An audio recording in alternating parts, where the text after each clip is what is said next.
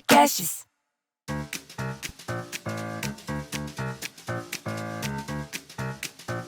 Caro ouvinte, quem fala é Luciana Vendramini e estamos começando mais um episódio do podcast Retrogosto. Vamos continuar olhando para o nosso cérebro, entender como é que ele funciona e vamos acabar com o tabu ao falar de saúde mental. Sejam bem-vindos a essa viagem ao desconhecido, misterioso e fascinante cérebro que eu amo e desconheço. E meu convidado de hoje é uma pessoa muito especial. É Tiago Santiago, escritor consagrado por suas milhões de novelas de grande sucesso. Foi um dos autores de Vamp, Quando Eu Era um Bebê e Ele Também um Bebê, Olho no Olho, Você Decide, Linha Direta, Uga Uga, Malhação 2001, Brava Gente, O Quinto dos Infernos, Kubanacan... Gente, Escravizaura, Prova de Amor, Bicho do Mato, Caminhos do Coração... O Mutantes, que até hoje é um sucesso, que as pessoas amam. Promessas de Amor, Uma Rosa com Amor, que eu fiz. E Amor e Revolução, que foi a novela sobre a ditadura militar, que despontou, né, e fez da minha personagem, da Gisele Tigre, tanto sucesso, né, esse casal lésbico, lindas as duas, e nós viramos, assim, um tipo de ícone. E a gente ama esse posto de ícone das menininhas e do movimento LGBTQIA+, que é muito importante. Tiago é mestrado em Sociologia pela UFRJ, publicou os livros Francisco, Os Caminhos do Mago e Dandara, que teve lançamento esse ano, estreia, né? Porque ele vai estrear agora um filme onde ele dirigiu, escreveu, produziu. E é o seu primeiro filme, é um filme de terror, onde o nosso psicológico, né, o terror psicológico abala muito. Eu morro de medo de filmes de terror. E estreia dia 22 de agosto, o filme chama-se Possessões, com um elencaço de gente maravilhosa. E dia 22 de agosto nos cinemas. Bem-vindo, Tiago Santiago! Eu sou sua fã, tive que... Muito feliz de estar aqui com você, Lu. Obrigado a todo mundo que estiver aí com a gente, acompanhando o nosso papo. Nossa, eu que agradeço. Adorei a introdução. Mas você, assim, são tantos seus trabalhos, né? E agora você está aqui no Brasil por um tempo curto, e você estava contando que você passou um período lá. Hoje você mora em Los Angeles e você passou um tempo estudando, né? Sim. A nossa profissão nunca para de estudar? Eu acho que o artista nunca deve parar de estudar, de se informar. A gente tem que se reciclar, tem que acompanhar os tempos, tem que estar bem informado sobre tudo. E eu tive esse momento que eu parei de escrever telenovelas um pouco e a mãe do meu filho resolveu ir para Los Angeles e eu resolvi me reciclar lá como roteirista. Então voltei a estudar roteiro, estou com planos de fazer filmes lá também. Estou muito entusiasmado com cinema, literatura, fazer mais filmes, escrever mais livros e quando puder, eventualmente também voltar às novelas, que é algo que eu amo fazer desde Vamp. A novela está no sangue do brasileiro. O brasileiro pode morar lá fora, mas novela não tem... Eu amo novela. Eu também. Amo assistir novela. O Brasil é o país que melhor faz novelas, né? As novelas daqui têm uma qualidade absurda. E aí, quando o Brasil não está tão assim no auge das novelas, você vê a novela turca tá comendo espaço aí, né? Estão fazendo sucesso. Turcos, coreanos, outros países aí estão fazendo muito sucesso aí com seus produtos, séries de TV, telenovelas. Mas a telenovela ainda é, né, o principal produto de entretenimento do brasileiro, principalmente de quem ainda não tem tanto acesso aos streamings, às outras plataformas, que também estão se abrindo para a telenovela brasileira. Lá em Los Angeles, lá no seu núcleo de amigos, eu te acompanho. Você acha que lá é um lugar onde as pessoas gostam de novela? Porque lá vai ter as mexicanas, as cubanas. Sim, a telenovela mexicana tem muita influência, existe um público hispânico muito grande nos Estados Unidos, né? Então há alguns canais hispânicos com muitas telenovelas, eles também têm um streaming próprio agora, que é o ViX, E a telenovela tem muita força no mundo, né? Você vê que tem uma Sim. penetração muito grande da Rússia, na China, toda a Europa Oriental, Portugal, todos os países latinos amam as novelas. Mutantes foi um grande sucesso na África. Jura? Sim, No Brasil foi uma explosão. também. E aí foi para outros países. Muitos países no mundo inteiro, a obra, as novelas correram aí o mundo, graças a Deus. Isso Tive que é essa. legal da É muito novela, legal. né? Desse caminho que ela tem para o mundo inteiro. E, Tiago, eu te conheci, né, em Vamp. Você era um menino, eu era uma menina. Nós somos ainda. E eu vejo que você sempre tem, por trás da sua obra, uma coisa do arquétipo, do terror psicológico, né, da mentalidade, de você pegar personagens pela mente, digamos assim. Mutantes foi assim, Vamp também teve, né? O arquétipo do vampiro, que é um arquétipo delicioso. E agora, no seu filme Possessões, que eu vi o trailer, você dirigiu, produziu, escreveu. Eu disse, é um suspense, é um terror psicológico. Você falou, não, é um filme de terror. E filme de terror me abala muito. Eu sou muito cagona. Como que é o seu? Eu vi o trailer, já me borrei toda. Mas o bom do cinema é isso, é que a gente pode experimentar situações de terror no conforto da segurança. Maravilhoso. Então é por isso que o terror tem tantos fãs. Mas tem gente que não aguenta bem muito, tem gente que realmente não gosta. E por outro lado, tem aqueles fãs Sim, apaixonados pelo gênero.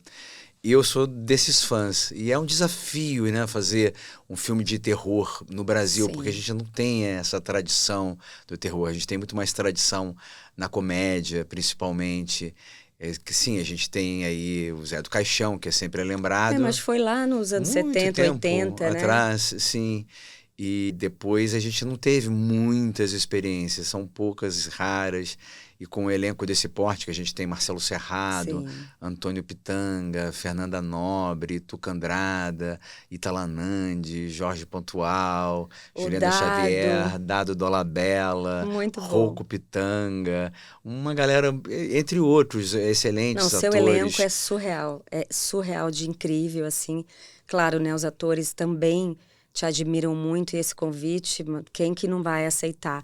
Mas você sabe, Thiago, que há 10 anos atrás, eu conversando com um amigo sobre cinema e gêneros, ele falou que o Brasil ia ser uma explosão no gênero terror. Olha, quem falou Que isso? foi um amigo meu, Patrick, que é o dono da Ah, Teleimage, Ciareta. o Ciareta, e ele falou: Lu, é um gênero que o Brasil está explorando pouco e é o que mais estão procurando. Então, assim, realmente tem poucos filmes de terror, eu conheço. Eu acho que eu só lembro de um, que eu acho que é o Fagundes que fez. Não, eu não tô me lembrando, tem acho que uns 3 anos. E a galera ama, de toda a idade. Eu amo também. Eu amo passar aquele medo terrível, mas eu amo. Mas eu acho poderoso o poder psicológico desses filmes de suspense e de terror, né? Acho que os filmes de terror às vezes assustam muito, principalmente quando eles tocam em temas em que a gente acredita, como por exemplo, possessão, possessão espiritual, Exatamente. possessão demoníaca, diabólica. Então, você vê que esse fenômeno das possessões, ele é reconhecido em não sei se todas, mas praticamente todas as religiões do planeta. Sim, Católicos, evangélicos, exatamente. judeus, muçulmanos, as nossas religiões afro-brasileiras, candomblé, umbanda, todas elas acreditam no fenômeno das possessões. E há muitos casos, assim, muito comprovados, documentados sobre possessões. Então, eu acho que isso assusta Já me também. arrepia. Eu sou muito cagona, gente.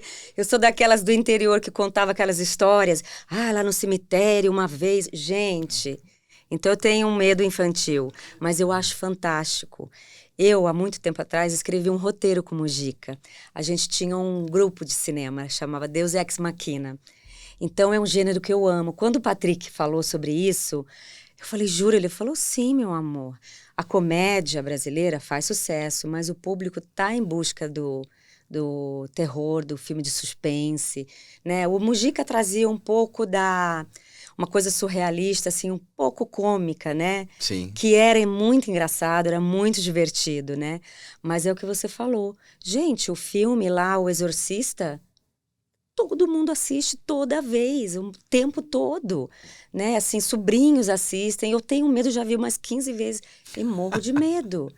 E é o que você falou. Nós somos energia. E eu acredito que tem espíritos perturbados, né? Que não estão ainda muito bem. E aí vai encostar. Então, eu acredito muito em possessões, nesses incômodos que a pessoa não percebe que é o invisível, que a gente ainda não consegue enxergar com o nosso 10% do nosso cérebro, mas que eu acredito muito. O mundo invisível é muito maior do que o mundo visível. O espectro da luz invisível é muito maior do que o espectro da luz visível, as ondas vibratórias que estão aí. E como você falou, nós somos energia. A matéria é apenas energia condensada. Por isso que às vezes a gente pensa alguém, a pessoa vai ligar para a gente, e, né, na física quântica, as partículas conseguem estar em dois lugares ao mesmo tempo, ou fazer uma ligação com algo que está muito distante, e tudo isso está sendo muito estudado, né? A física quântica está chegando em lugares que a espiritualidade já investiga há muitos anos. Eu acho que você vê um filme como Possessões, você pode também, de alguma forma, aprender a lidar. Pelo menos o meu interesse com esse filme é que as pessoas, no fim, elas têm um clímax ali em que as pessoas podem, de alguma forma, encontrar instrumentos até para pensar sobre essas energias que nos cercam e vencê-las. Porque a gente tá sempre em guarda, na verdade, pelo bom pensamento, pelo bom sentimento, porque todos seremos tentados. Até Jesus foi tentado pelo mal. Exatamente. Então, assim, nós estamos num mundo em que temos que fazer escolhas. E fomos criados desse jeito. Sim. Desde o elétron até todos os seres, todos estamos fazendo escolhas o tempo todo. O tempo inteiro, né? E a gente pode fazer essa escolha do bem e do mal, né? Sim. Você tem noção que eu não fazia ideia do mal. Eu achava que tudo ia para o bem, né? E quando eu comecei a fazer umas aulas de teologia, gente, como existe? A gente não pode orar e vigiar, né? A gente tem que estar vigiando mesmo. Livrai-nos do mal, Senhor. Exatamente. Livrai-nos do mal. E o seu filme fala de uma possessão, assim? Fala, são duas histórias de possessões. Então, uma história é a história da Fernandinha Nobre com o Marcelo Serrado. É um casal, vai se casar, só que ela incorpora o espírito de uma falecida que foi sacaneada pelo noivo, pelo que o Marcelo Serrado faz. Seria ela veio passado, se vingar não? No passado. Ela morreu em consequência do que aconteceu com esse personagem do Marcelo Serrado, e ela volta para se vingar incorporando na noiva. Então, essa é uma das histórias. E é incrível que a pessoa que está possuída, ela não tem o discernimento, né, que ela está. Né? Assim, é sempre uma situação de uma vítima, quase, não é? Pode acontecer. Na maioria das vezes, não há essa noção de que está sendo possuído. Muitas vezes, outras pessoas percebem que existe que está acontecendo, que a pessoa não é quem ela era normalmente, que ela está, de alguma forma, possuída. Então, e a própria pessoa perde a consciência quando está sob o efeito da possessão. Por outro lado, é possível que a pessoa se reconheça, saiba que está acontecendo esse fenômeno com ela. Essa é uma das histórias. A outra história é a história de uma personagem que vai se mudar para um apartamento que está carregado, tomado, possuído, porque também existe isso. Tem lugares que estão com aquela energia ali que domina aquele lugar. Está presa, né? E ali acontecem coisas terríveis, e é essa história dessa menina que vai morar neste lugar. E entrelaça a história desse casal Conto elas independentemente. Ah, que legal. E elas ficam sabendo que elas estão possuídas e elas reconhecem sem dar spoiler, né? Sim, elas reconhecem. Reconhecem que elas estão... Elas entendem que está acontecendo ali aquele... Que precisa tratar. Isso. E o tratar é tão misterioso também, né? Como é que se trata isso? Como é que tira energias, isso? Né? Exatamente. Diferentes religiões utilizam diferentes rituais, né? Católicos, evangélicos. Sim. Tem o seu exorcismo. Sim. Há vários rituais de exorcismo em diferentes religiões. Então... Você abordou qual? Será que é spoiler? Ou você não quer contar? Na primeira história, o Antônio Pitanga faz um pai de santo. Eu vi, maravilhoso. Maravilhoso. Ele é tem um incrível, trabalho nossa. incrível. Ele é um ator É o sensacional. nosso ícone, Ele né? é um nosso São os ícone. nossos o legado desses grandes atores, né? Que estão aí, que a gente tem que sugar o talento dessas pessoas, no bom sentido. E ele tá no seu trailer que eu vi, eu achei incrível. Tive a felicidade de contar com esse ícone do cinema Sim. brasileiro logo no primeiro filme. E então tem ela tenta se tratar primeiro com esse pai de santo e tenta também por outra via completamente diferente, que é um psiquiatra. Olha, Então não vou dar mais spoiler. Não, Tal... o psiquiatra acha que é uma esquizofrenia. Entendi, entra no tema da psicologia. Exatamente, da psiquiatria. Da psiquiatria e da psicologia, né? Das doenças psíquicas, né? Isso, exatamente. Isso é uma grande guerra, Sim. né? Porque às vezes quando a pessoa está alterada, né? Então, ou você fica cético e vai num psiquiatra, ou você fala, cara, é alguma coisa espiritual. Sim. E esses dois caminhos andam juntos. Quando você está tendo um problema de saúde mental. Isso aconteceu comigo, isso acontece com todo mundo. Então, tem esses dois lados. Que legal que você tá... Não sabia. Eu achei muito legal mesmo, porque nunca foi falado isso em filme de terror. E principalmente de possessões, assim. E na segunda história, tem um padre vizinho. Então, são coisas diferentes. Então, tem são várias histórias acontecendo ao mesmo tempo. São duas histórias de possessões no filme, que é um filme de 75 minutos. E fiquei muito feliz de conseguir realizar cinema no Brasil. Gente. Por isso também que eu peço muito apoio para que as pessoas vão logo no primeiro final de semana. Porque se não forem no primeiro final de semana... Por quê? Depois os circuitos, os exibidores, se não for gente no primeiro final de semana, não fica mais do que uma semana em cartaz o filme brasileiro. É uma estratégia. Porque a gente concorre com blockbusters que tem uma fortuna de publicidade. Que tem muito dinheiro, né? Muito pra ficar dinheiro, divulgando. exatamente. Então é uma concorrência, assim, de Davi contra Golias. Exatamente. No cinema nacional. Aqui, se você não tem uma Globo Filmes por trás, com uma TV Globo, colocando ali também comerciais direto e colocando em todos os seus programas, né, chamadas para o filme, é muito difícil que o cinema brasileiro passe da primeira semana em cartaz. Já é uma vitória conseguir colocar no cinema. Já é, né? A gente está no Brasil, mas não somos donos dos nossos espaços, né, para a cultura. Isso é muito triste.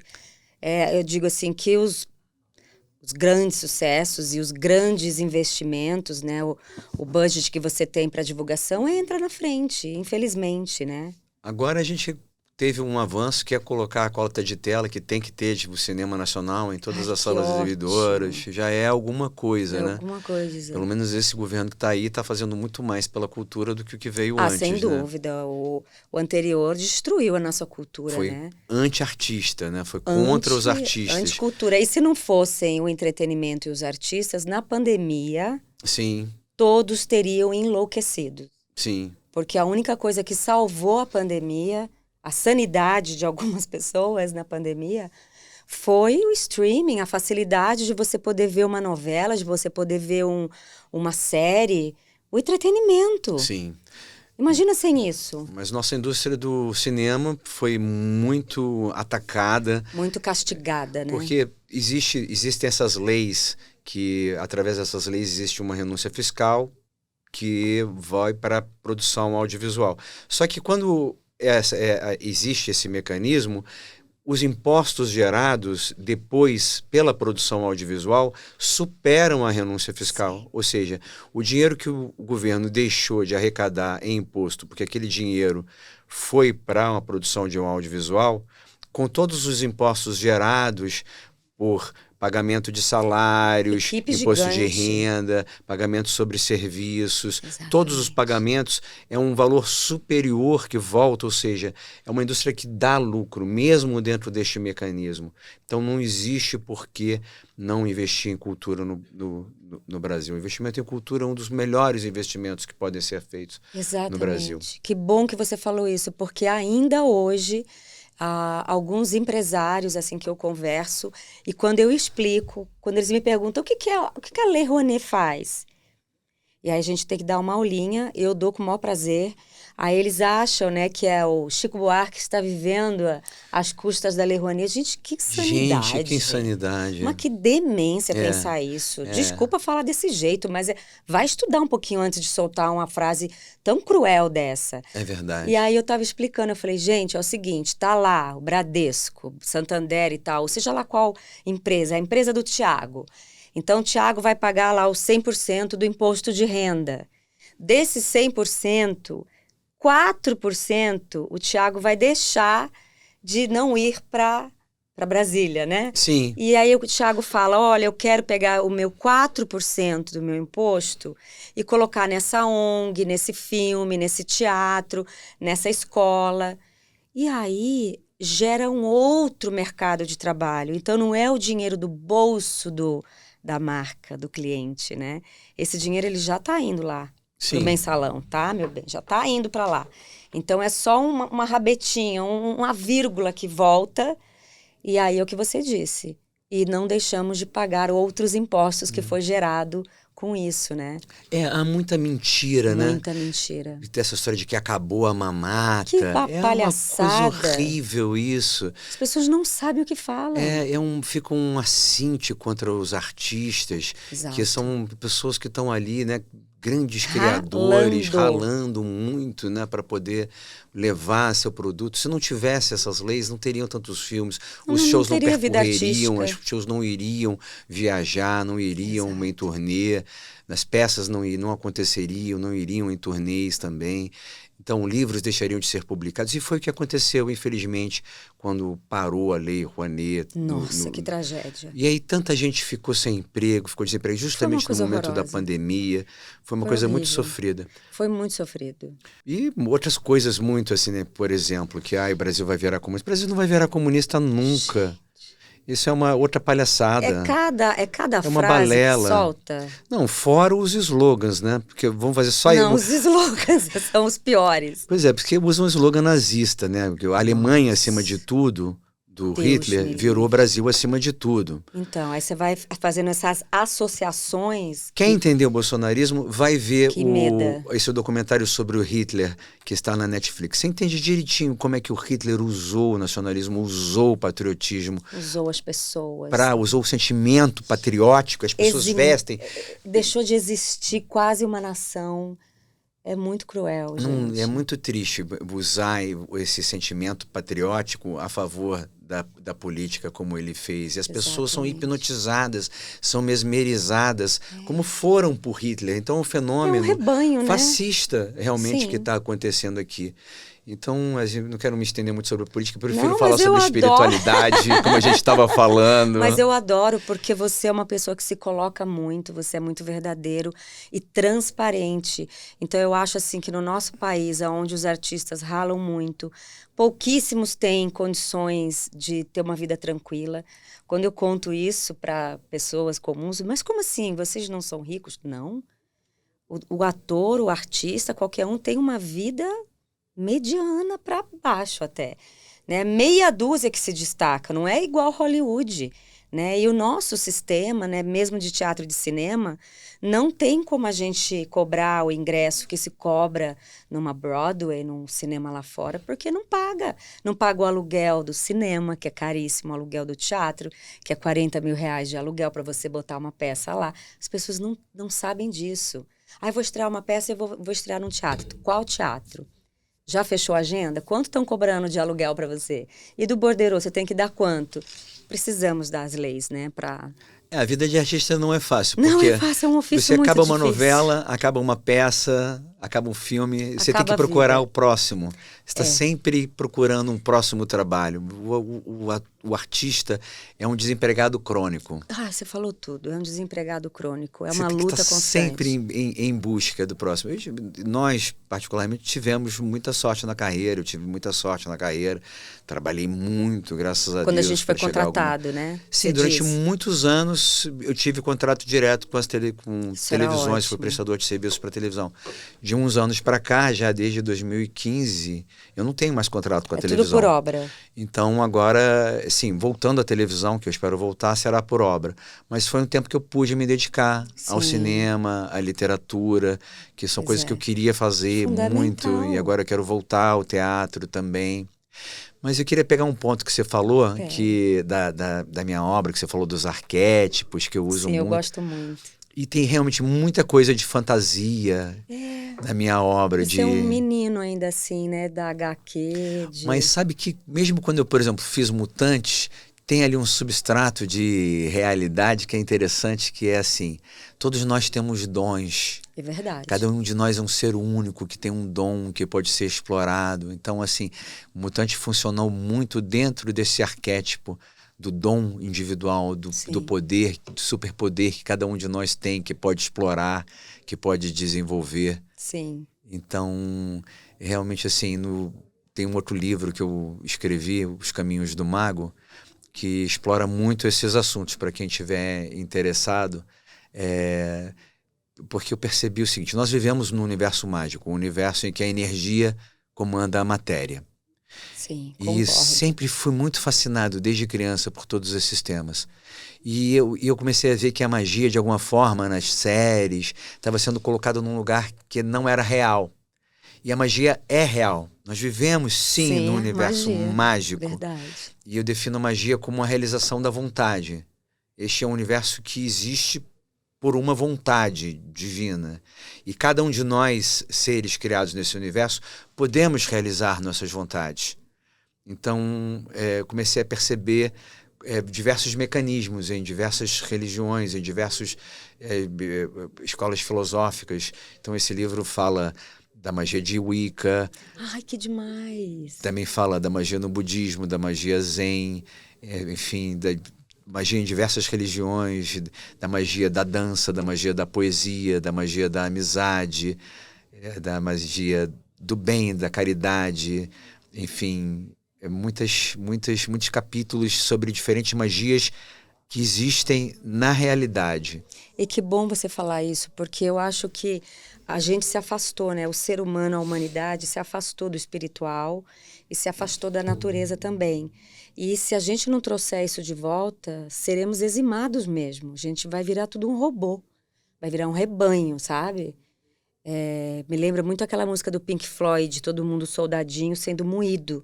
Então, se a gente não resgatar logo a magia, a espiritualidade, essa energia que está aqui, disponível para nós, a gente vai se lascar. Vamos virar robôs individualistas, solitários, doentes, e aí o problema psicológico vai explodir. Como já está, né? A pandemia já adoeceu bastante gente, né? Então, quando você traz isso para sua obra, que nem no Mutantes, né? Depois que teve o Crepúsculo, eu lembrava muito, eu falava assim, gente, o Tiago foi o primeiro no Brasil a pegar a juventude, né? E fazer um Crepúsculo, mas de dons especiais, né? Que foi uma loucura essa série. É série, uma novela, né? 600 foi capítulos. muito longa, né? É uma série, praticamente. Foram né? 3 novelas consecutivas, Gente, em que existem 600 personagens que capítulos. foram do começo ao fim. 600 capítulos. Foram Chocada. mais de quase 3 anos no ar. E continua viralizando no Sim. TikTok, no Instagram, no Facebook. Exatamente. As pessoas pegam ceninhas engraçadas e elas reproduzem aqueles trechinhos ali, comentam e dão risada e às vezes até criticam. Maravilhoso, Eu acho né? Eu maravilhoso. acho Critica, ótimo. mas está se divertindo. A obra em ação, a obra sendo incomodada, perturbada, né? Te fazendo questionar, te fazendo pensar diferente. E pensar muito nos nossos dons, né? Que tá tudo ali adormecido pelo sistema voraz, urbano e tecnológico. Então, a gente deixa de ter a consciência disso, né? O seu livro que você lançou comecinho do ano, Dandara, não foi? Sim, Você foi, veio não, pro foi Brasil. ano passado. Foi ano passado? Sim. É que tá passando tão rápido. Passa rápido, né? Gente, O foi ano tempo passado. voa, sim. Tô chocada. Mas foi final do ano. Aqui em São Paulo foi em julho. Nossa, gente, E pra mim depois foi lá no tipo Rio foi um ontem. pouco depois. esse é um livro também que você ousou em outro campo de pesquisa, né, Tiago? Porque você tem esse mundo que eu chamo de anime, HQ, dos arquétipos, e no Dandara você trouxe uma história, né, que a gente não estuda tão bem nos colégios, né, e que eu acho tão importante você falar um pouquinho de Dandara, esse livro incrível. Eu achei incrível você falar sobre isso, porque realmente minha obra tem essas duas vertentes. Uma obra que é mais de fantasia, que vai de vampiro, mutante. Muito exótico. E tem um outro lado. É vampiro, é mutante, é espiritual e é história. História do Brasil. História do Brasil. Porque aí vem a Escrava Isaura. Isso, que é um sucesso absoluto. Amor e Revolução, sobre a ditadura militar. Que eu amo demais. E agora Dandara cai exatamente nessa vertente, que é esse romance sobre os quilombos dos Palmares. Eu percebi, Luciana, que eu sempre tinha ouvido falar de zumbi e eu não sabia o que tinha acontecido em Palmares. Nem eu. Eu fui fazer uma live, logo quando começou a pandemia, com uma pessoa de Palmares, só porque era uma pessoa de Palmares. Sim. E eu queria me informar mais. E aí eu percebi o tamanho da minha ignorância sobre o que tinha acontecido lá, resolvi pesquisar. Eu fiquei tão fascinado com as coisas que eu aprendi sobre os quilombos de Palmares, sobre Zumbi, sua esposa Dandara, que isso me motivou realmente a escrever esse livro. Não queria escrever sozinho o livro, então eu chamei Bárbara Garcia, atriz, educadora, pedagoga, maravilhosa.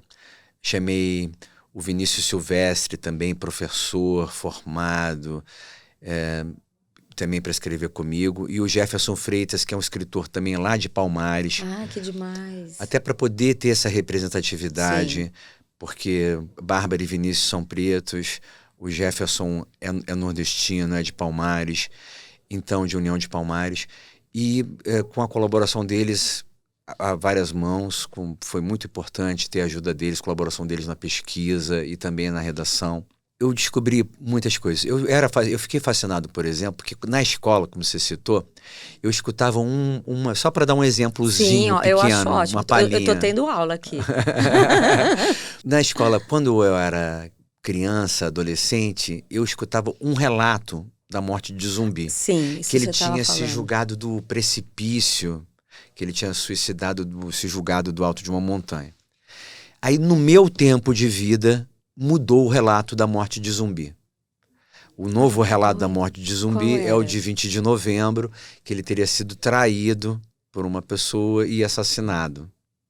Então você vê que mesmo no meu tempo de vida, de 1970 para o século XXI, mudou totalmente a história de Zumbi. Eu fui ver isso, eu fui estudar por que tinha acontecido isso. Eu descobri que as autoridades na época mataram o Zumbi 5 vezes. Nossa, como assim? Há 5 relatos da época, do século XVII, diferentes sobre a morte de Zumbi. E por quê? Porque havia essa necessidade das autoridades de dizerem: o Zumbi morreu. De comunicar. De comunicar que tinham sido vitoriosos, que tinham vencido mesmo. Zumbi. E a tradição oral que prevaleceu e que fica até hoje Zumbi não morreu. Olha, que revelação. Então, assim, porque aí o que aconteceu? Nós fomos pesquisar aqueles documentos produzidos ali pelos colonizadores, pelos portugueses, e começamos a tentar ler nas entrelinhas. Sim. Tentar conversar assim, como é que teria sido isso do ponto de vista de quem estava em Palmares? Entendemos algumas coisas. Entendemos que era um reino, que eles chamavam de Quilombo de Palmares, mas era um reino chamado Angola Janga, a pequena Angola. Que esse reino foi vitorioso, esse reino nunca foi derrotado. As autoridades, os colonizadores, resolveram parar de falar sobre o assunto, porque eles eram sempre derrotados. E todas as histórias, todos os relatos eram de derrotas. Nossa. Então, houve um momento em que eles criaram uma história de que Domingos Jorge Velho, bandeirante paulista, que falava mais a língua geral, que é uma língua derivada do tupi, do que o português, que era um bugre, como eles chamavam, assim, teria derrotado a capital de Angola Janga. Só que além dessa, havia mais 12 cidades. Nossa, gente. Que não se fala mais nada sobre isso? ela. houve mais 2 reis governantes, porque eram reis eleitos. Eram reis, gente. Eram reis eleitos, porque eram vitalícios enquanto durasse a vida, mas eram eleitos democraticamente por um conselho de chefes. Esses chefes também eram das suas cidades, dos seus quilombos ou mucambos, também eram eleitos, era uma sociedade democrática, Palmares. Que incrível. E que evoluído, né? Muito, muito evoluído, onde os casamentos interraciais eram permitidos. Olha que incrível. Que não eram na colônia. Então todo mundo, o branco quisesse casar com uma preta, ia para lá, para Angola Janga. Que incrível. Ou vice-versa, quer dizer, independentemente de gênero. Uma sociedade que aceitava as pessoas. Havia brancos, havia indígenas, povos originários, havia uma grande maioria e concentração de pretos, sem dúvida. Havia gente nascida lá, que nunca foi escrava, que nunca foi escravizada, né, que para usar o termo politicamente correto hoje em dia. E não, assim, o que aconteceu é que esse povo não foi derrotado. Foi calado. Esse povo, assim... Quiseram calar, abafar. Eles entranharam pelos sertões, eles cresceram, eles se tornaram a semente do que é o Brasil hoje, uma sociedade democrática, miscigenada, com maioria não branca. Exatamente. Como é que a gente não vai conhecer essa história se nós somos minoria? Não vamos conhecer a história da maioria, né? Com muita informação e clareza. Esse seu livro, eu fiquei muito impressionado que você mergulhou nesse universo, sabe? Sim. A história oficial quer que Zumbi tenha sido derrotado, quer que Palmares tenha sido derrotado. É natural, Só que, né? revisando essa história... Natural que queiram abafar, né, essa comunidade tão poderosa, tão democrática, né? E prevalecer os mandantes. Sim, a estrutura de governo de Angola Janga, ela deixou de existir na medida em que o Brasil foi se constituindo.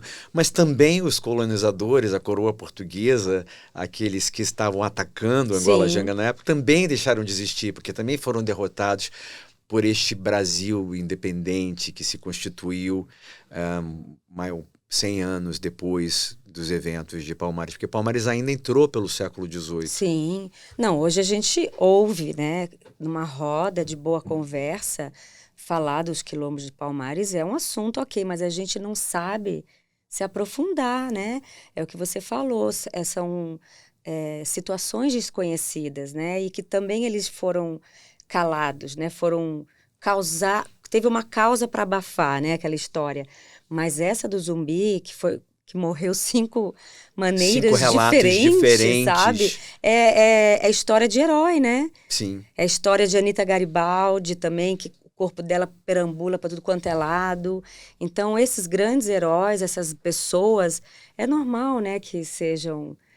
A gente falou de Jesus Cristo também, é a mesma coisa, né? Uma perseguição. E é lindo ter chamado de... Como é que é? Angola Janga? Angola Janga, Pequena Angola. Que lindo isso, Angola Janga. Não conhecia que era assim o nome. Esse livro, Dandara, foi publicado pela editora Jostre. Ele é uma viagem no tempo, aos quilombos de Palmares, ao século XVII. Tenho muito orgulho, muita felicidade de ter escrito. Agora eu estou traduzindo para o inglês, vamos publicar em inglês também. Ai, que demais. Estou muito animado com esses movimentos. Não, é incrível, né? Porque a novela, Tiago, consome muito, todo mundo, né? Novela é uma coisa muito intensa. Então, quando você foi morar fora e começou a estudar, fazer faculdade lá, outros estudos, e você voltou para a literatura, com novela, uma atrás da outra, não tem como. Não tinha. Desde 91, é uma vida de louco. Comecei com Vamp até 2015. Não parou.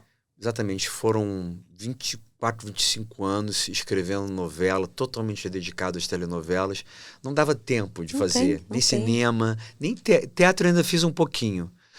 Fiz DNA com a Italanã, de direção de Bibi Ferreira. Nossa, que maravilha. Fiz uma adaptação de Brida, do Paulo Coelho. Ai, que demais. Até tem um dos capítulos do livro Os Caminhos do Mago, é a magia de Paulo Coelho. Contando tudo que eu aprendi, assim, com a convivência com Paulo Coelho. Você teve? E lendo a obra. Sim. Que fantástico. Só naquele período ali. Mas que máximo, né? Porque também é outro brasileiro que saiu daqui, que foi fazer os livros fora agora, né? que é um caminho que você tá, mas eu tava falando pro meu primo ontem, na reunião de família, ele querendo saber como é que é uma novela, como é que é escrito, como que é produzido. Aí eu contei, ele falou, meu Deus, que exaustão. Ele falou, não fazia ideia, né, da pré-produção, depois, até começar a gravar. E a vida do autor de novela, loucura, é 24 horas. Textos mudando e às vezes muda o percurso no caminho. Então, é natural mesmo que os nossos autores não conseguem botar a cabeça na literatura e escrever o que querem, né? Tem que ter essa coragem de se afastar um pouco, né? No meu caso as coisas foram acontecendo, assim, então eu amava essa possibilidade de escrever novela, até porque você tem uma audiência de milhões. Sim, é fantástico. E nas minhas novelas eu sempre procurava botar informações que pudessem ser úteis para as pessoas, de alguma forma que as pessoas pudessem levar algo daquelas novelas, seja pelo conhecimento histórico, seja, por exemplo, com Amor e Revolução, como a gente fez. Sim. Fomos pioneiros com o Beijo. Nossa, foi de Marcela e maravilhoso. Marina, que ficou, como você falou, icônico. Foi o primeiro beijaço MM, entre né? iguais. Até hoje, MM, o casal MM é assim. E foi muito legal, assim, quando a gente conversou com o Reinaldo Buri, diretor maravilhoso. Aí eu falava assim para ele, Reinaldo, não vamos fazer a bitoca da Hebe. A bitoca da Hebe é da Hebe. Ela já é dona disso. Vamos fazer um beijo como se fosse um casal de hétero, pronto. Normal. Sim. Por que a gente vai diminuir a intensidade dessa paixão, né? E ele abraçou a causa. Ele era fantástico, baita diretor, assim. Foi muito lindo. Amor e Revolução também tinha todo esse aspecto de chamar atenção para os horrores da ditadura, né? Deus me livre, que a gente teve workshop um mês antes de começar a novela e várias pessoas, jornalistas, atores, artistas foram lá contar. Não dá não, gente. Aí fica difícil de entender porque tanta gente no Brasil consegue idealizar esse homem que elogia o torturador Brilhante Ustra, que colocava rato nas partes íntimas das mulheres. E é real, porque eu vi isso da pessoa contando, da artista contando isso. Um homem que foi eleito presidente do Brasil, apesar de dizer que é a favor da violência, que tinha que matar as pessoas, que tentou dar um golpe de Estado e vai ser julgado por causa disso. Que loucura isso, gente. O golpe de Estado só não aconteceu porque os Estados Unidos da América avisou que ia ficar contra. Que loucura. E eles... isso. Aí enfraqueceu a corda, né? Eles foram covardes, porque eles pensaram que eles não iam ganhar, né, se o lado legalista não tivesse... Que tristeza pensar que a humanidade está indo por algo, né? Metade, né? Você vê que nós tivemos por um triz de ter uma ditadura de extrema direita no Brasil. Um homem que tem falas totalmente homofóbicas, Bolsonaro, um homem que tem falas racistas. Racistas, total. Enfim, o que teve o comportamento que teve na pandemia. Você vê que países do nosso tamanho tiveram 30 mil mortos. Nosso país teve 600, 700 mil mortos de Covid. Diz a lenda real da medicina, dos hospitais, que tivemos 1 milhão de mortes. É possível que tenha sido mais. E muito mais. Esses números foram que conseguiram, né? Uhum. Documentar. Uma família ligada ao crime, às rachadinhas, Só vai aos milicianos. Vai dar merda, né? Enfim, como pode ter tanta gente votando no PL ainda? Porque eu acho que desconhece a história. Não pode votar no PL, gente. Não conhece a história, tá ignorando. Tá ignorando. Tá com o seu sentimento patriótico ali ligado por propaganda de slogan nazista, acreditando que aquele cara é um cara do bem, que é um cara religioso. Não é do bem. Não é do bem. Porque religião não quer dizer que você é do bem. Não basta ser religioso. Usar a religião dessa forma... Também é baixo, baixo. Como agora você viu o Trump falando, cristãos, votem em mim, porque daqui a 4 anos vocês não vão ter que votar de novo. Ele quer se tornar um ditador. E foi muito louco, né? Porque a viradinha do Trump, quando ele foi olhar a tela sobre os imigrantes, que salvou ele. Se ele não tivesse olhado a tela onde ia dar os dados dos imigrantes, ele teria morrido. Você vê que como a história é maluca? né? A viradinha ia pegar aqui nele, aí ele virou, raspou na orelha. Mas eu acredito que ele vai perder essa eleição, ele não Ai, merece tomara, ser gente, eleito. porque, olha, Mas é a impressionante maneira como ele trata os imigrantes, para mim, gente, globalizou. Vamos abrir um pouco essa cabeça, né? Então, eu entendo que você tem países que não têm condições de vida, de luta, de trabalho, de nada. Você tem que migrar. Vai fazer o quê? Vai morrer? Mas você vê que o mesmo tipo de propaganda política Sim. que o Trump está usando lá, apelando para o sentimento Sim, patriótico. já pegou a foto dele lá com a bandeira, com a orelha, aquela coisa da bandeira atrás, Make Nossa, America Great muito Again, faça a marqueteiro América grande novamente. É outro slogan nazista. Outro slogan, exatamente. As pessoas têm já que... foi estudado, que é um slogan nazista. foi estudado já. Como o Brasil acima de tudo, repete a Alemanha acima de tudo, que era exatamente o slogan que os nazistas, que o Goebbels usou para fascinar o povo alemão. Então, essa mistura de patriotismo, nacionalismo com o apelo à religião é uma coisa muito terrível. Terrível, porque a nossa população, infelizmente, com o governo que tivemos durante tantos séculos, não tem educação, não tem escola, aí as pessoas não entendem, não sabem o que está acontecendo. Sim, não bota a camisa amarela e fala Brasil, Brasil. Mas não tem noção. Como se o seu amor pelo país se transforma no amor por um homem de uma família criminosa. Exatamente. Vira uma idolatria. Como Hitler era um psicopata. Idolatria. É uma idolatria, vira uma idolatria. Pecado. E aí pode falar o que quiser daquela pessoa, que as pessoas que entra por um ouvido e sai pelo outro. É um fenômeno, assim, horrível que está acontecendo no Brasil. É um fenômeno de país que não tem escola, que não tem cultura. Porque se você vai assistir uma peça de teatro onde aborda um tema assim, você já aprendeu alguma coisa. Você vai chegar em casa curioso e vai abrir aquele tema, né? Hoje você tem o Google. A gente tinha que despencar para a biblioteca. Sim, na enciclopédia. Catar as Barça lá que o pai pagava em 10 vezes, entendeu? Então, hoje, esse advento maluco que é a tela traz tanto prejuízo, né, das fake news, e as pessoas vão nessa. Muitas mentiras. Vão nessa. É uma coisa horrível. Com a cara e a coragem, eu fico indignado. Eu falo, mas você leu isso aonde? Numa postagem de Facebook? Sim. Mas, gente, calma, quem escreveu tem um caminho longo aí para você abraçar essa causa, não é assim? É horrível que muita gente dos bolsonaristas só se informa através desses grupos de frases, WhatsApp, né? através dessas fake news, e começaram a desconfiar dos jornalistas. Gente, você viu? Começando a ditadura. Exatamente, um desrespeito aos profissionais.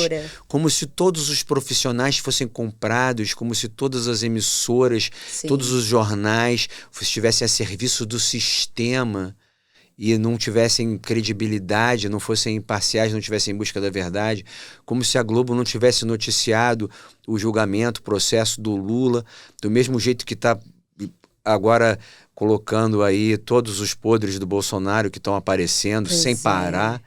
Entendeu? Como se não houvesse ali um jornalismo que estivesse frequentemente simplesmente noticiando o que está acontecendo. Exatamente. Como noticiaram depois todo o arranjo do Moro, que provou-se que não houve imparcialidade no julgamento, que havia ali um juiz que estava perseguindo a pessoa que estava sendo julgada, o que é algo contra a lei, que foi por isso que os processos contra o Lula foram anulados completamente no Supremo Tribunal Federal. E esse político horroroso afrontou a nossa Suprema Corte, ameaçando até os ministros de morte do Supremo, e ainda tem gente votando nele. Eu não sei onde está a cabeça dessas pessoas. Eu acredito que seja uma ignorância, sem ofender, de falta de conhecimento mesmo, de falta de saber um pouquinho da história. E não estamos falando de uma ditadura de 3 séculos atrás, a gente está falando de 1964, que foi ontem. Sim, quase passamos por um golpe de Estado, e eu vou lhe dizer que não estamos totalmente livres do perigo bolsonarista. Um perigo isso. Sim, porque Hitler fracassou na sua primeira tentativa de golpe, depois voltou, Ai, Deus me livre, Thiago. eleito, E conseguiu dar o golpe depois de eleito, né? Então, assim, a gente tem que continuar a combater e aí é fundamental não votar em ninguém do PL, gente. Porque, pelo amor de Deus, entendeu? A gente tem que realmente votar em qualquer candidato que vocês queiram, mas no PL e no partido do Bolsonaro, não. Porque você vê, né? Por você ter feito uma novela sobre a ditadura, eu tive a oportunidade de ter aulas, workshop. Eu já sabia, já conhecia, já tinha uma noção maior, né? Mas ali foi um impacto tão grande que eu fiquei muito traumatizada, né? As pessoas não podiam sair na rua, você perdeu a sua liberdade geral. Então é como se você vivesse num bunker, sabe? Então quando eles contavam aquela história, eu falava, gente, como é que as pessoas viveram isso? Nossos pais conseguiram viver, né? E depois disso foi uma tragédia atrás da outra. Aí foi o fim do cinema, aí acabou o nosso cinema, aí acabou a arte, aí acabou tudo. Aí veio a pandemia, aí a destruição total. Agora a gente está tentando sobreviver. Sim, foi um período muito terrível da história do Brasil, a ditadura. Nossa. Esperamos que não volte jamais. Jamais. Mas a gente precisa ter toda uma atenção, toda a sociedade civil, através do Ficar voto, de olho. ficar de olho, porque mesmo agora a gente passou por uma tentativa de golpe de Estado, né, uma tentativa de descredibilizar as eleições, o nosso sistema eleitoral. E assim, eles tentaram realmente. E na época da ditadura, eu vivi isso. Eu só fui votar com quase 30 anos de idade para presidente. Que loucura isso, gente. Até o prefeito do Rio de Janeiro era escolhido pelos militares na época. A censura acabou não só com várias peças, como por exemplo, Sim, Gota d'Água, mas até com novelas como Roque Santeiro, a primeira vez que tentaram fazer, ia estrear, já estava com vários capítulos produzidos, foi censurada. Então a censura foi uma coisa terrível, censurou várias músicas e eram assim, artistas espancados, como aconteceu com o pessoal de Roda Viva, bombas em teatros, muita coisa terrível aconteceu, muita tortura, muitos desaparecidos, então. Mortos e desaparecidos. As pessoas eram presas, não tinham direito a habeas corpus, não tinham direito a advogado. Era crueldade mesmo, né? A gente viveu um momento de muita crueldade. Não havia direitos. Exatamente. Então imagina essa situação, e muitas vezes as pessoas eram levadas para a delegacia, davam depoimento, quando elas saíam da delegacia elas eram sequestradas por paramilitares. Sim. E aí iam para sessões de tortura e muitos deles some que mata e espalha por aí. E a gente vê um político falando que a minoria tem que se conformar com a vontade da maioria. Nossa, gente. Isso é um absurdo, é um desrespeito às minorias. Vamos falar de democracia, não tem isso. Você vai aceitar porque a metade está indo para lá, não? Pois é, aí você vê um homem homofóbico e esse pode ter um fenômeno como aconteceu com Hitler, que colocou os gays nos campos de concentração. Ou colocou os judeus, que era outra minoria, nos campos de concentração, nas prisões.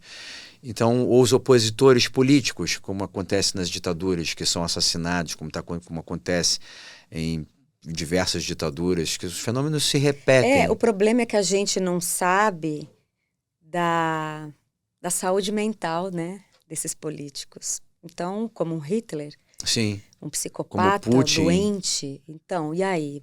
Tem lá um doente que vai mudar o mundo, mas é a cabeça de uma pessoa que devia estar numa clínica, se tratando, tomando um remedinho, porque é um psicopata, né? Não pensa, não tem livre-arbítrio, não pensa na humanidade, não pensa que todos viemos aqui com direitos, né? Aí assume uma loucura aí e quero acabar com essa parte aqui, porque eu quero. Vou mover... É uma doideira, gente. É um psicopata, como o nosso ex-presidente, que ria durante a Covid e imitava as pessoas que estavam ali com falta de ar.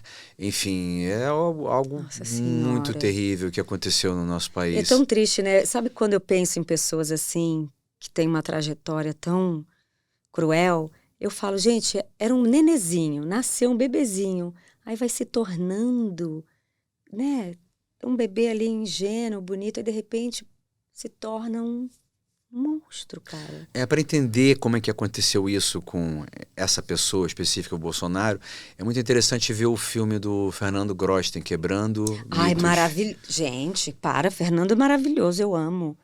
Maravilhoso. esse mesmo, Quebrando Mitos e Tabus, também é maravilhoso Sim. para a gente entender toda a engenhoca política, né? E ele vai com a cara e a coragem, né? Sim. O Fernando não tem medo mesmo, assim, é um jovem também, né? Viu de frente, né? Como você viveu o momento que você não podia votar, né? A gente sentiu isso na pele, de fato, e a gente não quer isso, gente. Não quer isso para a humanidade, né? Então a gente luta, mas parece que a gente está assim num país tão atrasado.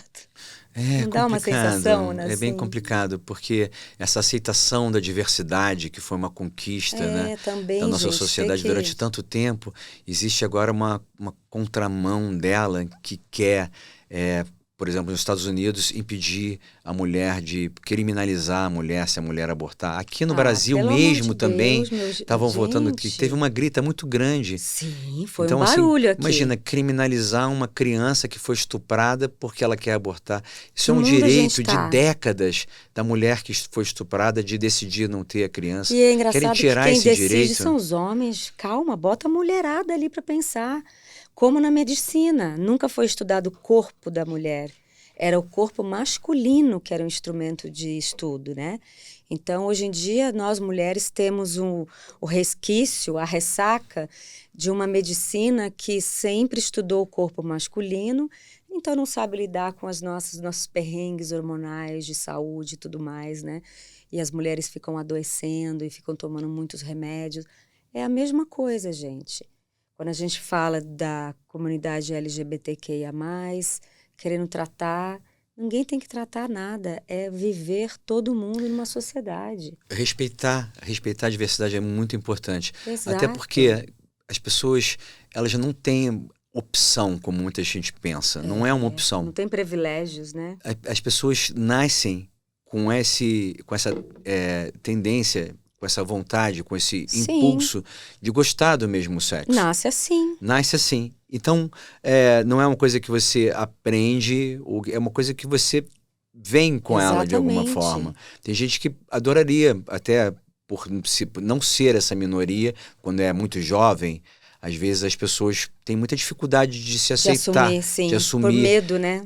Por Tem medo da muita gente. rejeição familiar. Sim, Então as pessoas, se elas perseveram nesse caminho, é porque elas não têm opção. Elas são assim. Então, exatamente. o caminho é você aprender a se autoaceitar, aceitar seu impulso sexual, a sua própria sexualidade, Sim. que é inata, que E é com algo. naturalidade, né? A gente não pode olhar com espanto, porque desde civilizações e civilizações sempre existiu isso. Em todas as espécies, é Em um todas fenômeno as da espécies, natureza. Assim, exatamente. isso é reconhecido nos golfinhos, nos cachorros, assim, milhares de espécies a homossexualidade, o comportamento homossexual é reconhecido. Então vem assim, gente querendo normatizar, dizer que é coisa do demônio, por Aí, exemplo, como alguns então, evangélicos. aí você já, né? Demonizar. Então, aí você já vai trazer um outro contexto para a cabeça de uma pessoa, e aí acontece casos de suicídios, Sim. aí acontece, o Depressão. Brasil é o primeiro no mundo que mata, não é? Que Sim. matam os. Olha que tragédia, é um país tropical, maravilhoso, onde tem o carnaval, Sim. onde todo mundo é livre ali naquele momento, ficar castigando tanto uma coisa que não é da sua vida. É muito difícil, porque você vê esses jovenzinhos, às vezes rejeitados pela própria Ah, família, isso é.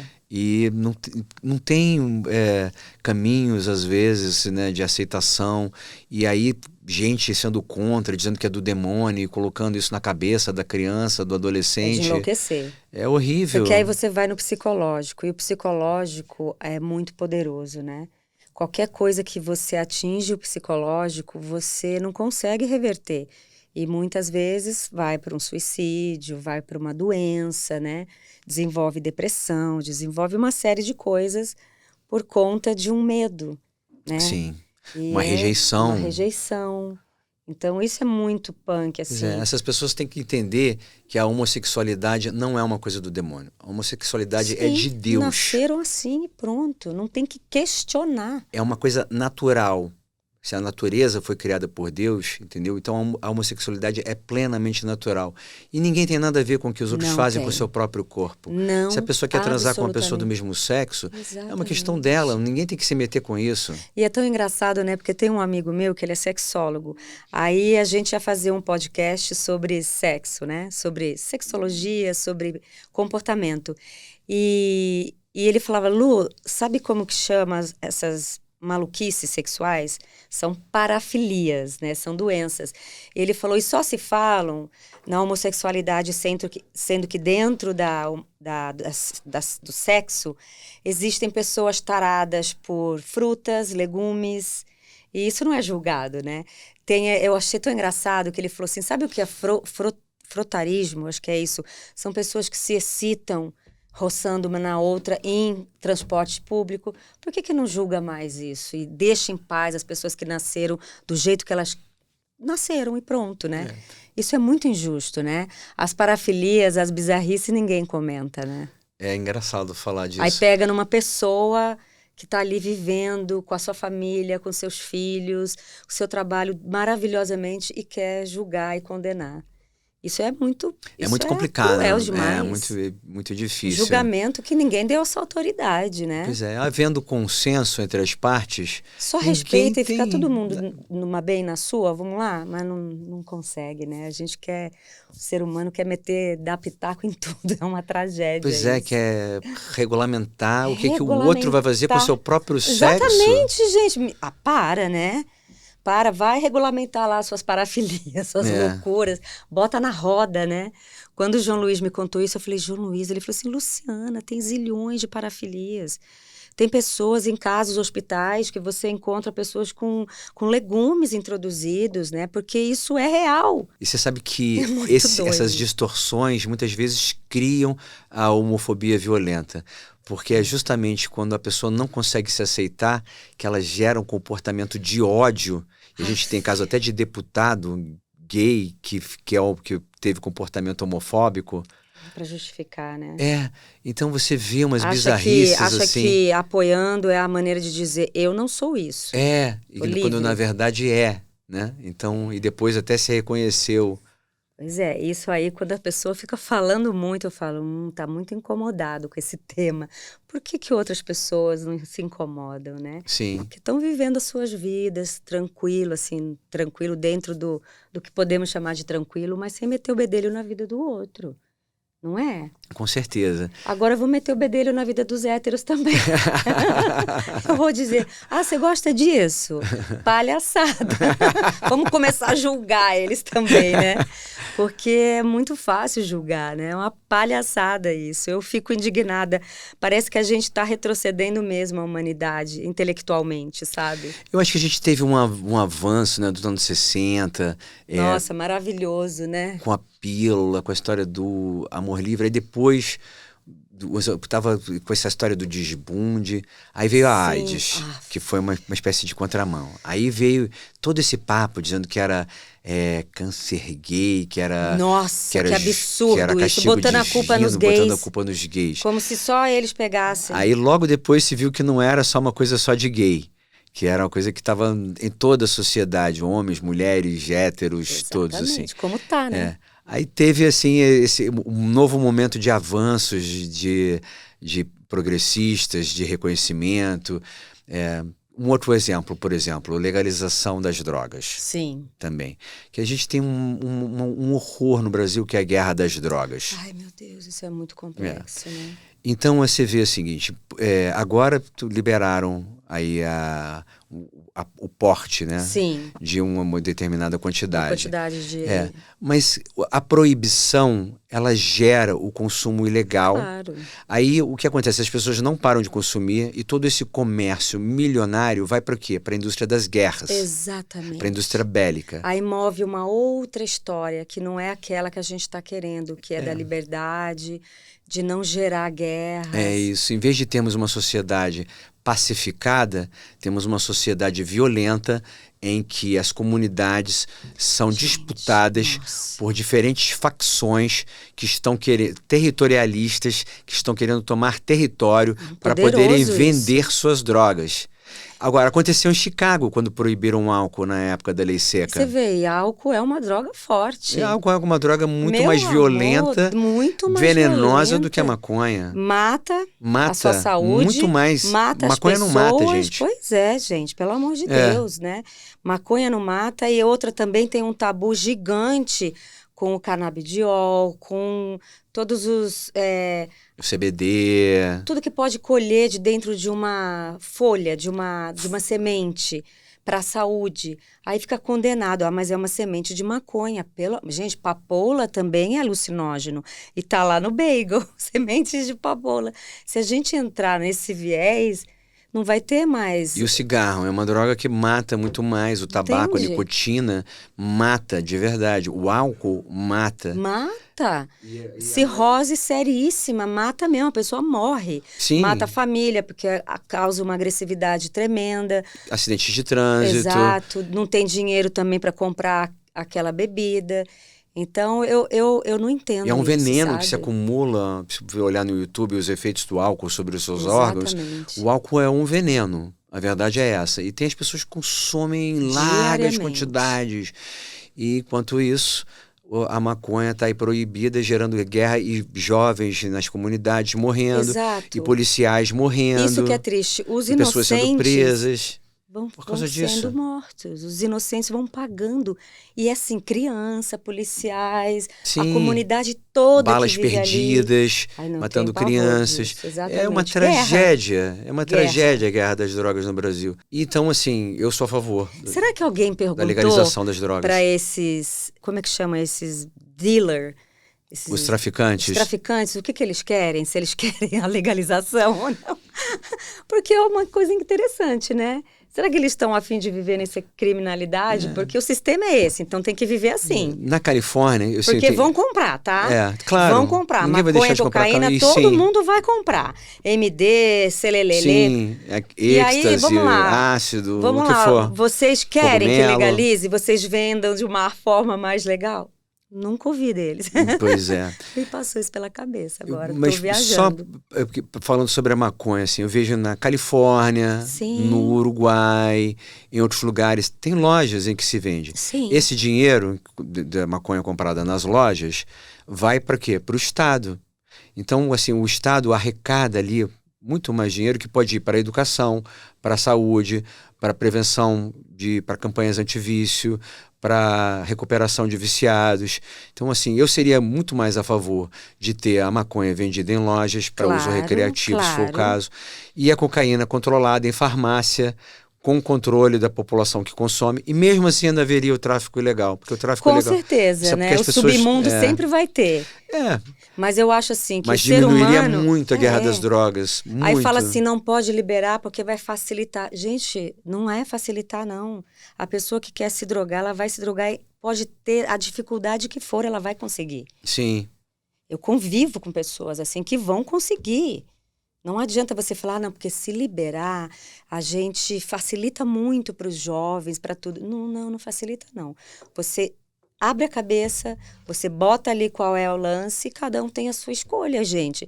Não dá pra gente assumir a escolha de todo mundo, né? Dizendo que a gente tá falando para não liberar porque a gente assume que é perigoso liberar porque os jovens vão com mais afim. Ah, para. Nós fomos criados com a liberdade de escolher. No entanto, alguns políticos querem criar proibições. Né, Não adianta, gente. E principalmente na extrema-direita querem normatizar. Então, como se as pessoas fossem parar de fumar, como se as pessoas fossem parar E é de... em toda a classe que tem droga, em toda a classe Sim. de trabalho, em toda medicina, advocacia, no entretenimento, na política. Tem, gente, é humano. Todo mundo ali em perfeitésimos.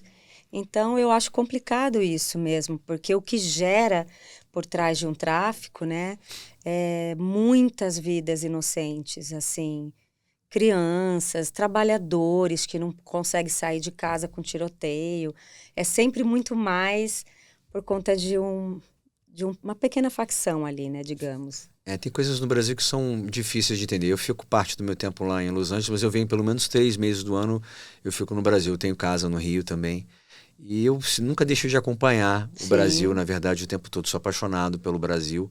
E eu gostaria muito que o Brasil melhorasse, gostaria muito que essas questões fossem sendo realmente trabalhadas para que a gente possa realmente aceitar os outros como os outros são Exato. e tentar evoluir para uma sociedade organizada, pacificada, Sim.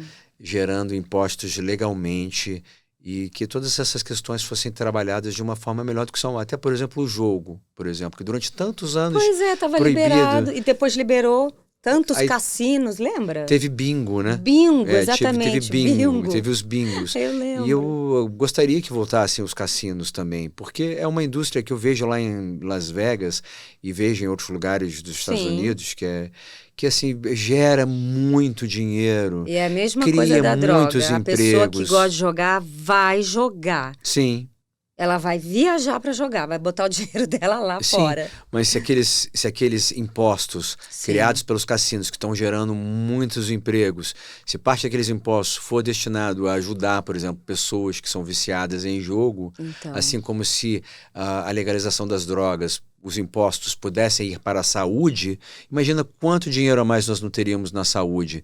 Em impostos. Quanto mais o governo não poderia fazer em campanhas, em ajuda aos viciados, em ajuda à população de rua que está aí sofrendo, exato. porque se entregou de alguma forma às Sim, drogas, não teve ao escolha, crack, né? exatamente. Uma E a gente vida vê pessoas, ordinária e aí não tem escolha, é muito tanta difícil. gente miserável, Luciana, a gente Sim. vê nas grandes cidades todas, né? Muito E triste. o governo precisa cuidar dessas pessoas até para a população como modo geral. Tem muita gente que está numa situação que precisa ser ajudada. Nossa, muito triste. E você falando isso, né? Você viu que tudo gira em torno de um cérebro, né? O vício no jogo, o vício nas drogas, né? Tudo é na nossa cabeça, né? Que a gente, infelizmente, né?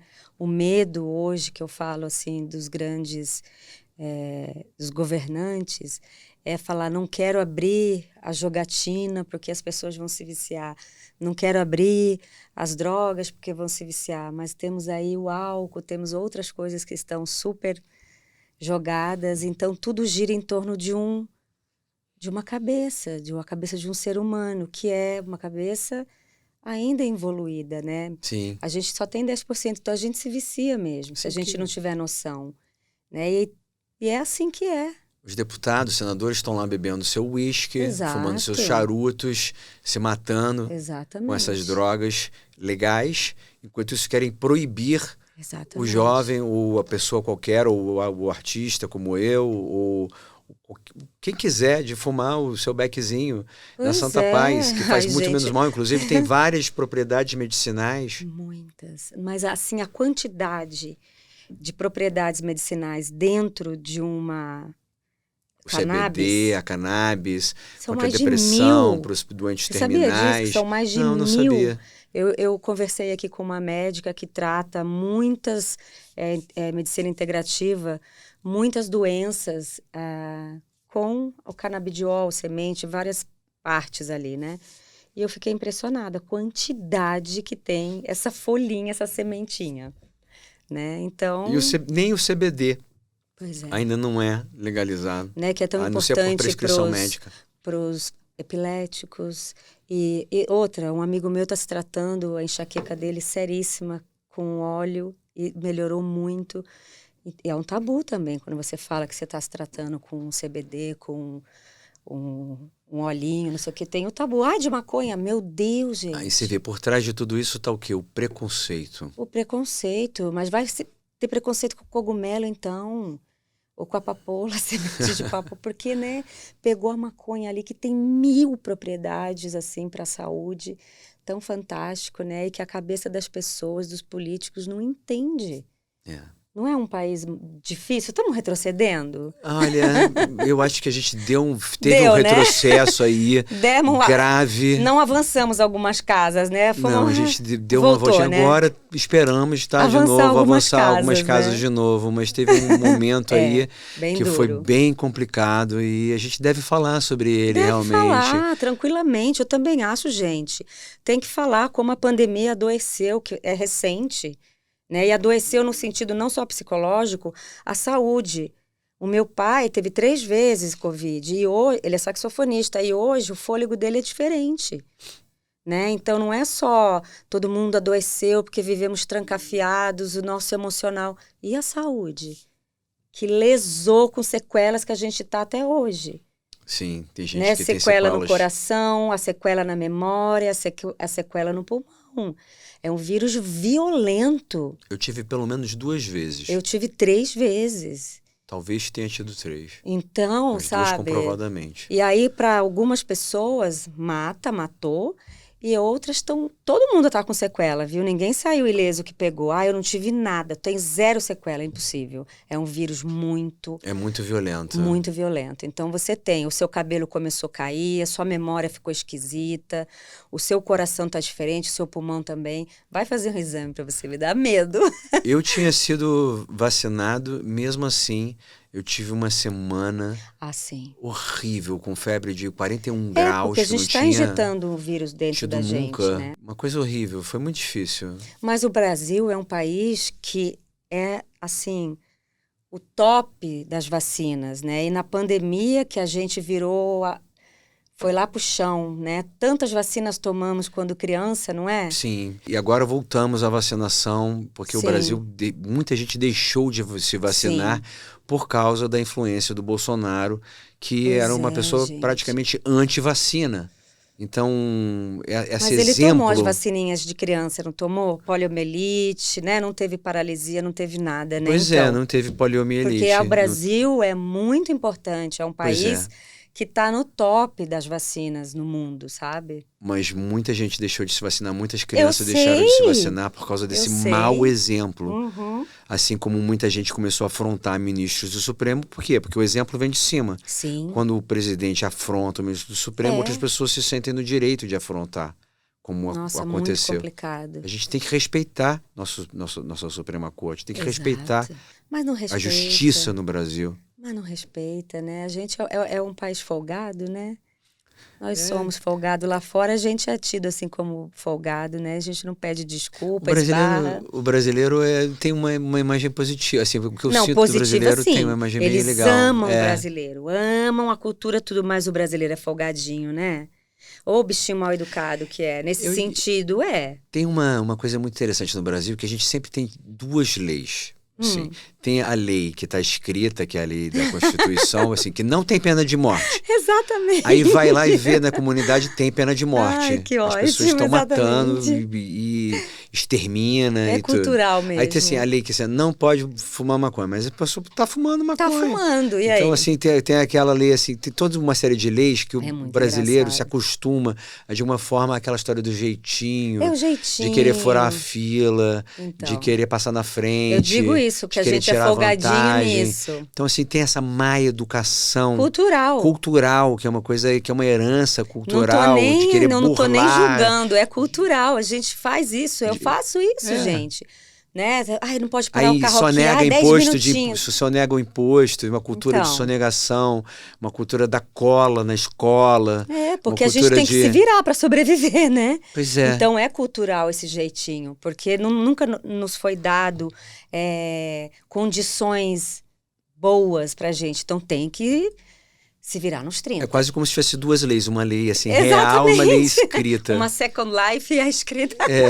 E eu fico assim, Ai, o brasileiro é sensacional, o americano gente. é diferente. Ah, eles são Isso muito... é tudo regrado, Tudo muito tudo tem certinho, regra. é. Tem umas pessoas que não tem jeito, assim, sim. quebram as regras. Mas aí, por exemplo, aqui também é um muito. país da impunidade, porque as pessoas matam, ficam 5, 6 anos na cadeia, aí sai por bom comportamento, com progressão de pena, vai para o regime semiaberto. Isso é outra bizarrice. Outra bizarrice a impunidade no Brasil. Lá quebrou a regra, a pessoa vai encarar as consequências de ter Pesado. quebrado a lei, de ter Pesado. infringido a lei. Mas é cultural As leis mesmo. existem Sim. e funcionam. E até tem lei demais, tem regra para tudo. Sim, tem mesmo. Tem lei demais. Até para escrever roteiro. Mentira. Verdade. tão... É tudo regrado. Olha, eu sei que existem muitos modelos assim, né?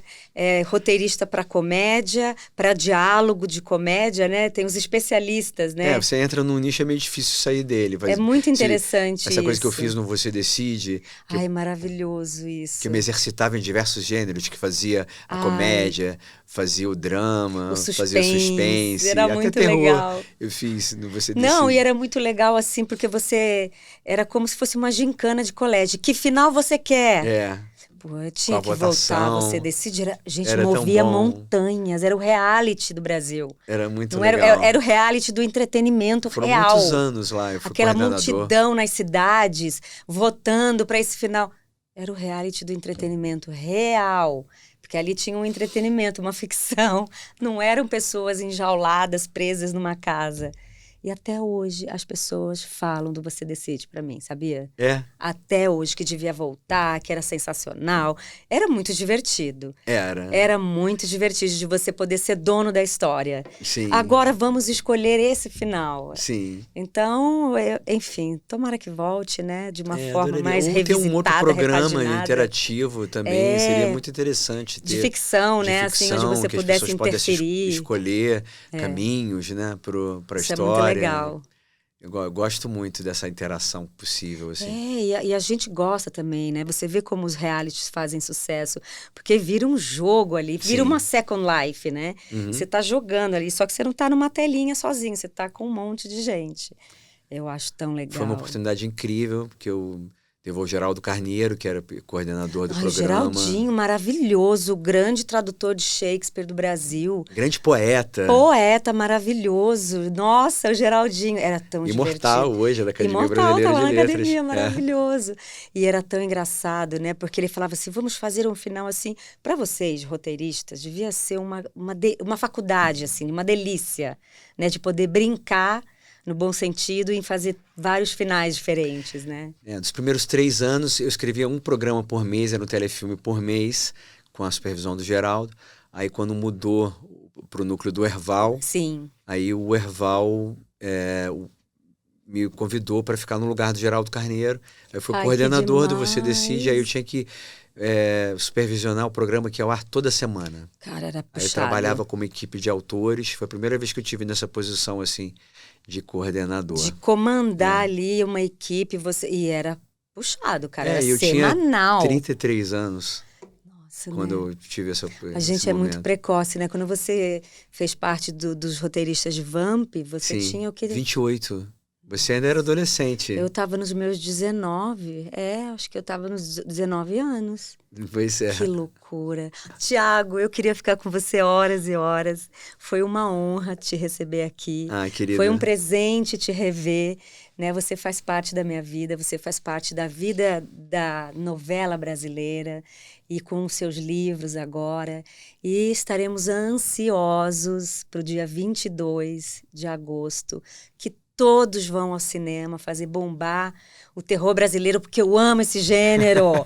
Quero fazer um filme de terror também. Maravilha, Luciana. Maravilhoso. Hitchcock fez lá de terror, era suspense chiquésimo lá com Grace Kelly, né? Por que a gente não pode fazer também? E é um gênero que é muito instigante, Hitchcock adorava uma loura. Se ele te conhecesse, ele ia querer te escalar. Incrível, né? Olha, todo o sucesso do mundo. Eu vou assistir seu filme no cinema. Maravilha. Porque eu quero muito que esse gênero no Brasil seja muito explorado. Porque o único filme que eu vi foi do Fagundes, que eu esqueci o nome, um terror também. E agora o seu, que eu assisti o trailer e é bem pesado. Né, assim... Dá medo, né? Dá medo. Que a ideia do filme de terror é realmente dar medo. Isso é maravilhoso e eu sei que a galera jovem que gosta dessa adrenalina vão estar lá e a gente tem que, sim, prestigiar o cinema. Viva o cinema nacional. Sempre, né? Muito obrigado por me receber aqui. Obrigado por todos que nos acompanharam. Volte sempre quando estiver ao Brasil. Eu quero você aqui trazendo notícias de lá, dos seus projetos, da sua direção. Agora está dirigindo. Então aumenta, né, as funções, né? Então você vai ter menos tempo para tudo, mas maravilhoso que Quero a gente fazer vai muito ter. Cinema, vamos fazer e falar mais sobre cinema e literatura. Você vai fazer o próximo que lá? Quero fazer um lá, mas estou com 2 roteiros já aqui. Um é uma adaptação que eu fiz de uma peça do João Bittencourt, tem um psicanalista na nossa cama. Ai, que demais! Comédia, que nós vamos fazer no cinema. E tem um filme chamado Rosa do Carnaval, que é uma história de amor que se passa no Carnaval Carioca. E também estou muito animado com esses 2 filmes que eu vou fazer no Brasil. E lá estou com 2 filmes de suspense que eu quero fazer lá também. Ai, suspense, eu amo, gente, vai. Nossa, quanto projeto, né, Thiago? Sim, a gente tem que ir criando, Ave né? Maria. E continuar criando para não parar, porque sucesso é não parar. É não parar, Exatamente. É a continuidade, né? Uma coisa que se sucede à outra. É um exercício, é difícil, é o que você falou, somos crônicos, como é que você falou? Que somos desempregados, não... Crônicos. Exatamente. Por isso a gente tem que tá criar o próprio... criando. Exatamente, sempre criando, imaginando, escolhendo onde você vai focar, o que você vai fazer, qual é o seu próximo projeto, qual é o seu próximo personagem, sua próxima peça, seu próximo filme, isso seu dá próximo uma dinâmica livro. gostosa, né? No nosso coração, assim. Você movimenta muita coisa, né? Movimenta os nossos estímulos, as nossas vontades e os sonhos que a gente quer realizar, que é muito importante a gente falar isso hoje, porque agora que nós estamos sem pandemia, sem nada, todo mundo voltou a criar, voltou a trabalhar, não naquele ritmo, mas está voltando. Isso Nossa arte bom. Impacta a vida das pessoas. Você viu como a arte é muito agora os importante. teatros assim, ó, lotados, as pessoas sedentas para ler, ouvir, receber uma coisa ao vivo, teatro, cinema. Sim. Os teatros estão lotados, isso é uma coisa maravilhosa. É a prova disso, que o entretenimento ao vivo não substitui, nenhuma máquina vai substituir o teatro, nenhuma. Graças a Deus. Obrigado, gente. Obrigada. Obrigada, Thiago. É isso, gente. Um episódio longo, porque é uma visita rara aqui no Brasil. Tá bom? É um episódio para vocês. Um beijo e até o próximo.